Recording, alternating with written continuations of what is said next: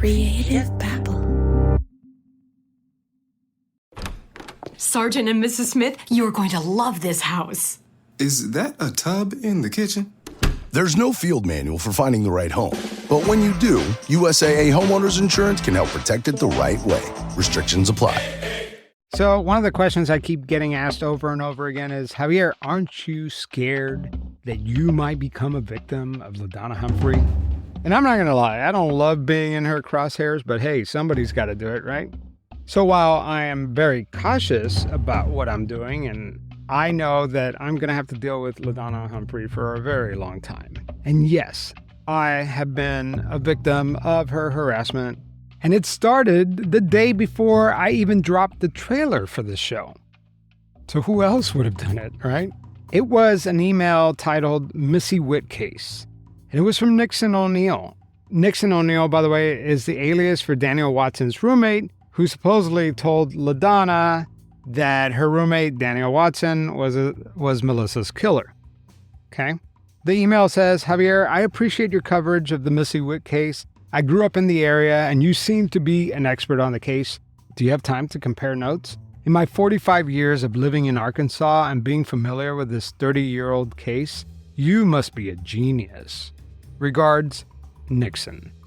But surprisingly, I haven't received a whole lot of spoof emails, but I did get one on July 13th. The subject was, I think you're really onto something. And the email is from Tipping My Hat to Ya at tutamail.com. It also copied the We Are Not Afraid podcast, which is the reaction podcast to this series. I am so impressed with your work, Javier. I've been saying for years that there is something fishy going on in Northwest Arkansas. When I search this link of charitable registrations in Arkansas, I discover something so fascinating. Here's a link. And she links to the Arkansas Secretary of State website, and she starts listing off all these organizations that are out of compliance, and she ends by saying, even the Benton County Sheriff's Office Police Athletic League, and so many others. Javier, you may have uncovered the biggest story of your life. What if they're trafficking women and children? Holy shit. You have stumbled onto some national story. I applaud you, Javier. You are the man. I've copied in your rival podcast so he can explain these dirty deeds. Way to go, Javier. Your work is so amazing, so earth-shattering. I bow down to you, oh great master. I can't wait for you to uncover this massive conspiracy that I am sure LaDonna is responsible for it all. Get her, Javier. Get her. Well, that email can't be traced because she used one of those untraceable email clients. But you see, she could keep sending me emails. I'm not going to read all of them to you, but it's really just a big waste of her time. So what else has she done? Let me think. She's definitely created an account on the subreddit, which is really funny because she's trying to make it sound like it's not her, but everybody totally knows it's her. So this one just happened recently, actually, I think just yesterday. And this has never happened in the whole history of the Pretend podcast. Somebody tried to log in multiple times to my hosting provider, the platform that hosts the podcast. So maybe she was looking at some dark web passwords that have been leaked out in the dark web, and she was trying to break into my podcast to take it down. Or maybe she was just trying to use some intimidating tactics. I actually think it's the latter. Alicia told me that LaDonna would do this all the time. There's a screenshot where LaDonna says, so I took this fetisher's email address and I hit forgot password on every single one of them. So they got all these emails today alerting them that someone was trying to reset their password. So apparently this is something that she does for fun. But this next part was probably the most impressive of all. In fact, tip of the hat to ya, LaDonna. That was very clever. LaDonna actually trademarked LaDonna Humphrey, her name, and Who's Afraid of LaDonna Humphrey. So one day I get an email from Apple saying that they're going to take down my podcast in 5 days unless I settle it directly with LaDonna. So somehow I have to convince LaDonna to take down her complaint. Today's episode is brought to you by June's Journey, which is an app that you've heard me talk about a lot on this show. And it's a real fun app, but I really want to thank June's Journey for supporting this show because without sponsors like this and without listeners like you, this show could not be possible. So if you've been listening to me talk about June's Journey, check it out. Support our sponsors. It's actually a really fun game where you're searching for hidden clues within this murder scene, and it takes place in the Roaring 20s. And it's a really fun story, too, because you're trying to solve June's sister's murder. So it's like you're playing detective the entire time, just like you are when you listen to a true crime podcast. So if you've been listening to me talk about June's journey and you want to support the show, support our sponsors. See if you could crack the case. Download June's Journey for free today on iOS and Android. And discover your inner detective. You can download June's Journey for free today on iOS and Android. So I have David Casimir on the show, who is my attorney that I hired to deal with a certain little something that I encountered one day. And David, let's talk about how we met, because one day I open up my inbox and I get a letter from Apple saying that I have 5 days to resolve a trademark conflict with LaDonna Humphrey, or else they will take down my entire show. And as you can imagine, that was a heart-stopping email for me. So right away, I had already been talking with one of your associates because I was considering getting a trademark for my show, but didn't think it was important at the time. And then all of a sudden, I have 5 days to resolve this. So I got on the phone and I asked for help. And David, what happened next? Yeah, so we took a little look at what the situation was, and just as a little background, these companies that provide online platforms almost all have what they call takedown policies, right? So this is a situation where if someone thinks someone's violating a copyright or trademark that they own, they can communicate to the company, the platform. It could be YouTube or Apple or Google or wherever, and let them know that they think there's a violation. But a lot of them also have added their own voluntary trademark policy. If someone violates, the procedure they use is they contact the party that has been accused of the violation, give them a limited amount of time to explain themselves and see if they have a justified position. And if they don't, the content comes down. And then you might be able to get it back up and you might not be able to get it back up.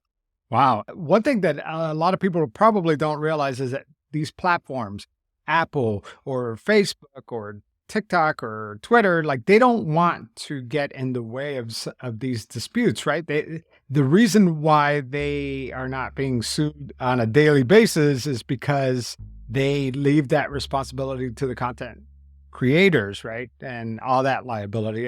Isn't that true? So there's a federal act called the Digital Millennium Copyright Act. And what that basically said is we're not going to hold these platforms responsible for copyright violations on their websites, because you can imagine there's thousands or millions of them at any given moment, and it would be unfair to hold them responsible. But to get basically protection from getting sued, they have to have a policy in place, which is essentially these takedown policies. If they have that policy in position, they're immunized against being sued themselves. All right, so the predicament that I found myself in. So LaDonna Humphrey filed a trademark for an intent to use the phrase, "Who's afraid of LaDonna Humphrey?" And somehow I have to negotiate with this person who is, actively trying to take down my show and convince her that I own the common law trademark of "Who's afraid of LaDonna Humphrey?" And if not, I lose my show in 5 days. So how did we resolve that? Yeah, there's kind of two ways to resolve it. So the first thing you get is this notice from the platform, right? And it's really scary. They send you this very strict statement saying, "We've received a complaint, here's your timeline." And they encourage you to sort of work it out with the other party, right? And a lot of times when these problems come up, there is nothing to work out with the other party, because either you can't get in touch with them, or there's a strained relationship, or the other party might be doing something aggressively to try to have you get taken down, in which case there's no deal to be had there. And so the approach we took was we looked at the trademark application filings that were made and noticed that they were just recently filed applications. And she did it herself, right? Yeah, she did it herself. They, on their face, didn't meet the legal requirements for getting a trademark. And they were, the key one was your trademark, not hers, right? So she didn't have a right to file on it in the first place. And so in this situation, we felt we could go directly to Apple with a letter from an attorney. So my group representing you sent them a letter detailing the legal deficiencies of her filing, identifying that you had the legal rights to the trademark, and not so subtly hinting that they need to pay close attention to this and not do a takedown, because if they do, that harms you, and it's based on a inappropriate request to take you down. Yeah, and let's talk about that, because why is it inappropriate? I mean, we all kind of know, but why legally is it inappropriate? Did she ever have the intent to use Who's Afraid of LaDonna Humphrey, or was she just using that as a way to take down my show? Yeah, I mean, I can never get into someone else's mind. So I highly suspect she had no intent to use it. But I think the key point is you were already using it, and you were using it in the form of a trademark, in that you had it as a brand. So that was your mark to have, and not hers. And we see this a bit in the field, right? Someone will file on someone else's trademark to try to claim some rights in it. But the general rule is whoever was first wins out. And whoever has what's called a bona fide intent to use the trademark wins out, which she didn't appear to have. Yeah. So we took it a step further, right? We sent this letter to Apple, but we also went through the process of formally filing for the trademark Who's Afraid of LaDonna Humphrey, right? That's right. Yeah. And that actually helps with the letter as well. So we filed your own trademark application essentially the day we sent the letter to Apple, because when you file a trademark application with the federal government, you're basically swearing under oath that the information in there is correct, right? And so you can't sort of casually just submit paperwork to the government without risk of being held fraudulent if it's not true. And so that's given some weight by Apple or others who are doing their detective work on these projects. So you're saying that she may have committed fraud by swearing that she was going to intend to use this phrase, when in reality, maybe all she wanted to do is take down my show? Is that? So I can't take a position on that. As a lawyer, fraud is a legal concept that requires an intent component, and I don't know what's going on in her mind. Yeah, that's fine. Don't worry. So David, now that is the most useless thing I've ever paid for. I am the proud owner of Who's Afraid of LaDonna Humphrey, but we took it a step further than that, and I actually went and filed Pretend Podcasts as a trademark. And why is that important for content creators like me to formally trademark your podcast, your book, your YouTube, you know what I mean? Like your brand. Yeah, there's a few different reasons why trademarking can provide a real benefit. So one is so trademark rights are, if you get them registered, it gives you the power to control who can use your brand. And importantly, when you file for a federal trademark, it gives you those rights nationwide. I mean, obviously you're nationally recognized, but filing for a federal trademark application, if it's registered, gives you rights across the whole country. So another one sort of relates to these takedown issues, right? So if you want to take down someone else because they're misusing your trademark, having a registration makes it a lot easier to do that. And likewise, if someone tries to take down your brand and you're the owner of it, showing that you have rights to it by a federal trademark or other trademark rights, gives you a shield against someone sort of inappropriately trying to take you down. Yeah, I've actually experienced this myself, and I know that a lot of other podcasters listen to this show, and some podcasts have seen their exact show name and their episodes re-uploaded on these different platforms. And, who knows what the scam is, but that's a powerful tool to probably take down some of these fraudsters, right, that are out there. Yeah.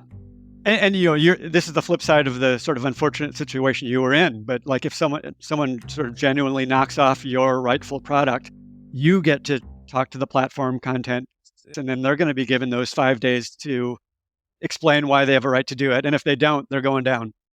What other services do you offer your clients?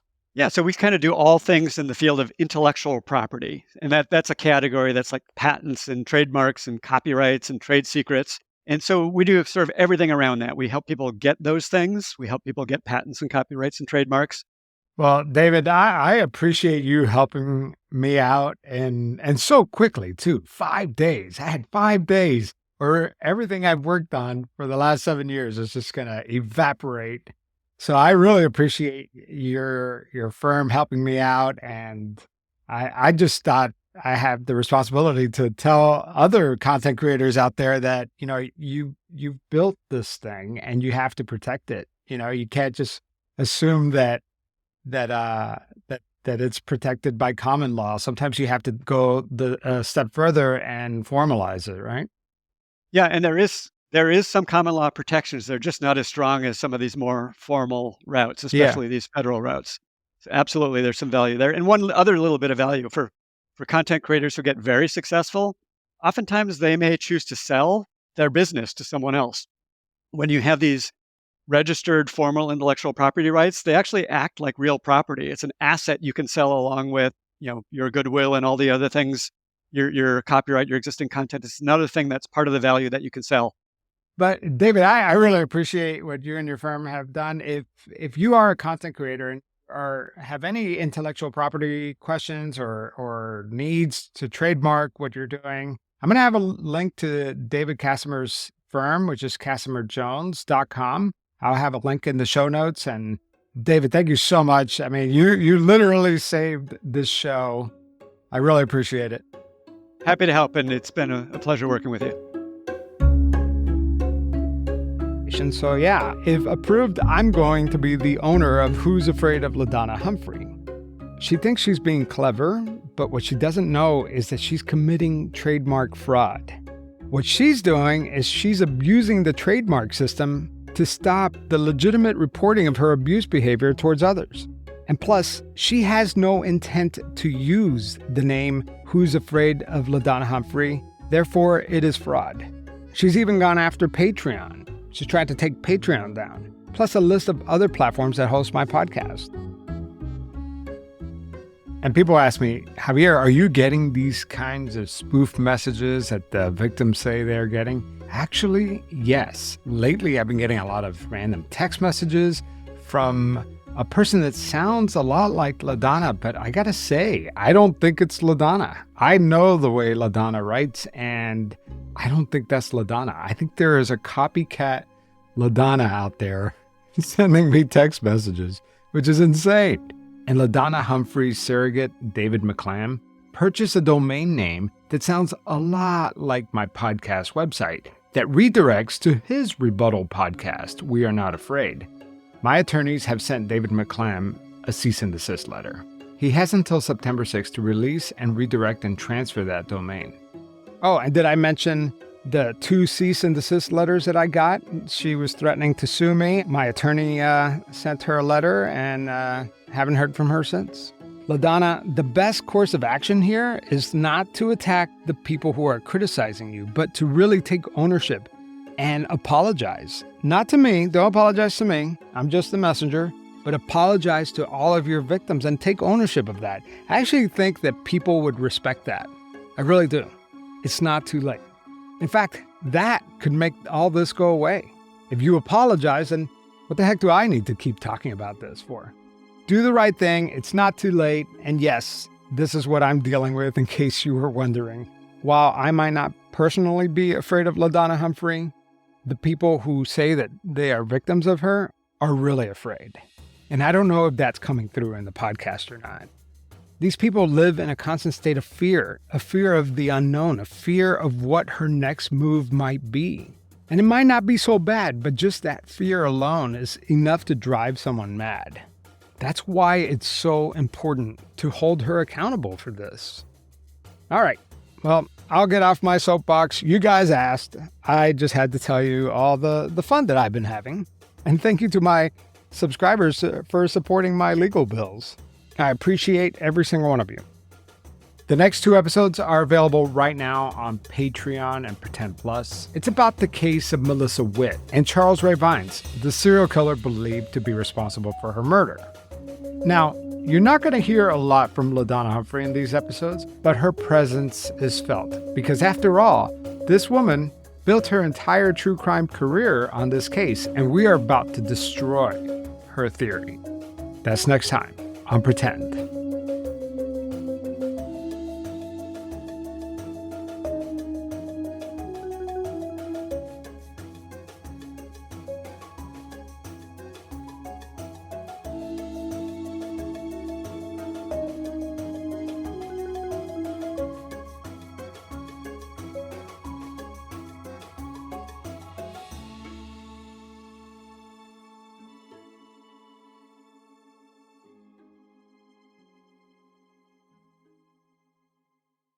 Ryan Reynolds here for, I guess, my 100th Mint commercial.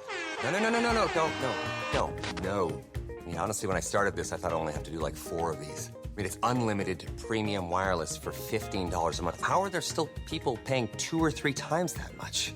I'm sorry, I shouldn't be victim blaming here. Give it a try at mintmobile.com/switch. Whenever you're ready. $45 upfront payment equivalent to $15 per month. New customers on first 3-month plan only. Taxes and fees extra. Speed slower above 40 gigabytes. See details.